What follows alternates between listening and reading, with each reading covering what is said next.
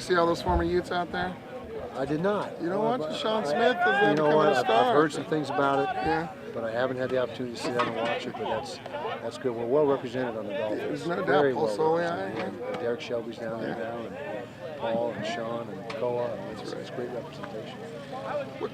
Can you give us any hints of how the tight ends are going to be used more this year? I mean, Jordan was saying when he was a freshman, there really wasn't any tight ends when he. How has that position developed to now? Well, it's developed very well. We're going to use them a bunch. I mean, the only way to really define that is they'll be on the field. I mean, they'll be on the field, and there's several packages which involve multiple tight end sets, and we're going to utilize those guys to their full extent. And all five of them have had an excellent fall camp and really deserve to play. It doesn't seem like there's a lot of separation between those guys. There isn't.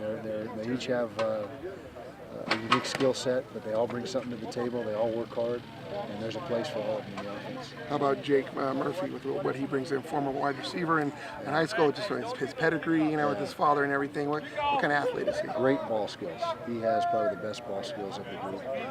He's making himself into a good blocker. He didn't have a background in the tight end position. He was a wide receiver in high school, and so he's all the blocking aspect of it is new to him. But he's a try-hard guy. He's physical. He's 255 pounds, and he's working hard.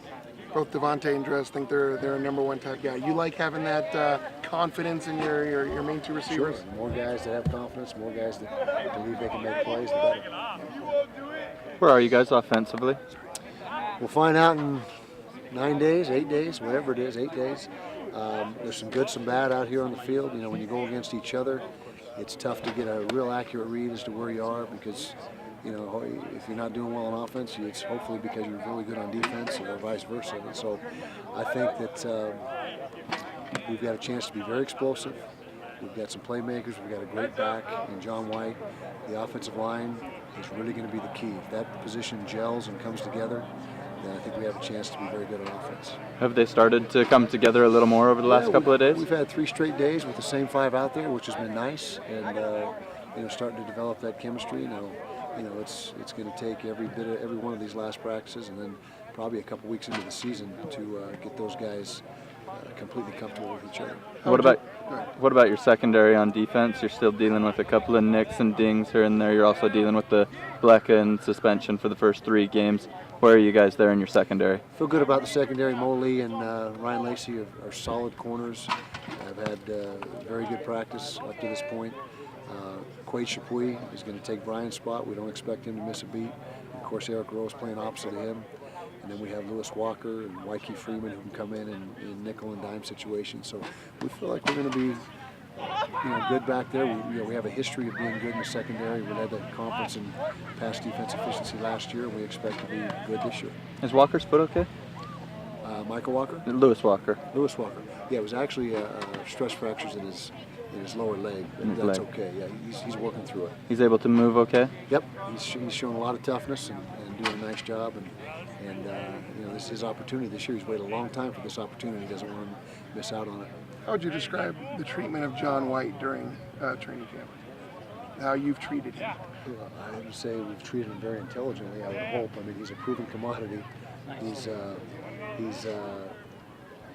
know what we get with John White. We know his durability, as evidenced by last year. We know his work ethic. And just because he hasn't been in live work, he's been one of the best, if not our best practicer all fall camp long. And that's just how he is. He's got a great motor. And believe me, he's the guy that we have to convince that he doesn't need to get into live work at this point in time because he's chomping at the bit. So hopefully, by doing that, he's fresh right now. He's taken literally no hits this fall camp, and so he's ready to go. He says he's hungry. He is hungry. Yeah, he's a guy that is very competitive, and like I said, he gets a little irritated when we don't let him do some things, but we think it's for the right reasons. Looks like Adam Schultz addressed the team. Anything you want to Yeah, 2 scholarship awards today. Adam Schultz and Tyler White, both earned scholarships. They're walk-ons. They've worked hard in this program, and really it was based on last spring's performance. They both performed very well in the spring, and we just had to wait to make sure we had the room and the numbers. You know how the numbers in the NC2A limitations work, and it finally got solidified that we did have the room, so we awarded them today. And they well deserved. They're 2 really good kids. What do you know about the Bears so far? Well, they've got some skill on offense, a lot of spread stuff. 3 and 4 wide receivers, a lot of 4 wide receiver sets, and they love to throw the ball around. And QB run game will be something we got to get taken care of. Defensively, they run a lot of bear front. The Bears run bear front. That's ironic. But yeah, we've been watching tape for the last couple of weeks, and we got to be ready to play, just like every week. If you're not ready to play, Louisiana Monroe goes into Alabama a few years ago and beats them at home, and anything can happen. So we've got to be ready to play. Absolutely taking it like any other game, even though they didn't win them on last. For certain. Yep. Thanks. Anything in practice you've seen the last couple of days where you're like, oh, I thought we were further ahead than that? Kickoff coverage. Really? Yeah, that was disappointing today, and that's been a strong suit of ours for the last 5 years. Low and in practice, it's looked very suspect, and so that's a work in progress. We'll look at it again tonight on tape and see if we need to make any personnel changes, but that's probably the biggest disappointment right now is the kickoff coverage unit. So now that I said that, I'll probably lead the country this year, but that hasn't looked good in practice.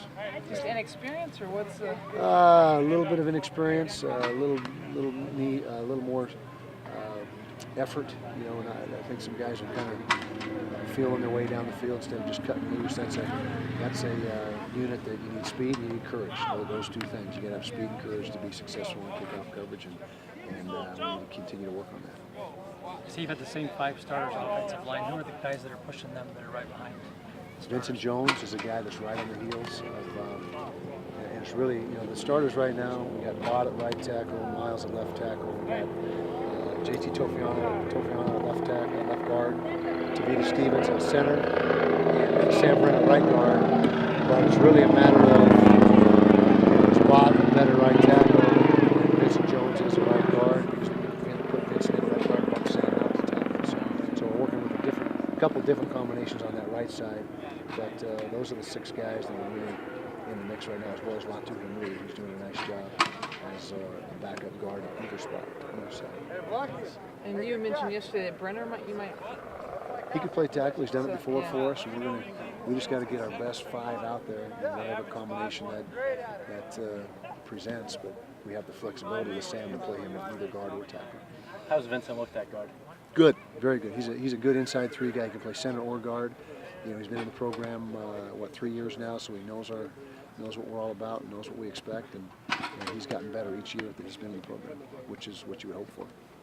Is that the key to this offense, the offensive line? Without a doubt. I think we've got skilled players on the outside on the perimeter. We've got a couple of backs that we really like. We've got a quarterback back. We've got a tight end group that has been very efficient and productive during fall camp, so I think that's going to be the key to the offense is how the offensive line performs. Offensive line normally doesn't rotate very much. How will you handle that if guys aren't getting the job done or they need to come out? Well, we hope not to rotate. That's a position like the secondary. We've got to have continuity. If we have a guy that's not doing the job and not holding his end of the bargain up, then we've got to make a change. But we've had 3 good practices in a row now with the same 5 guys, and so hopefully we'll continue to build continuity and carry that into the season.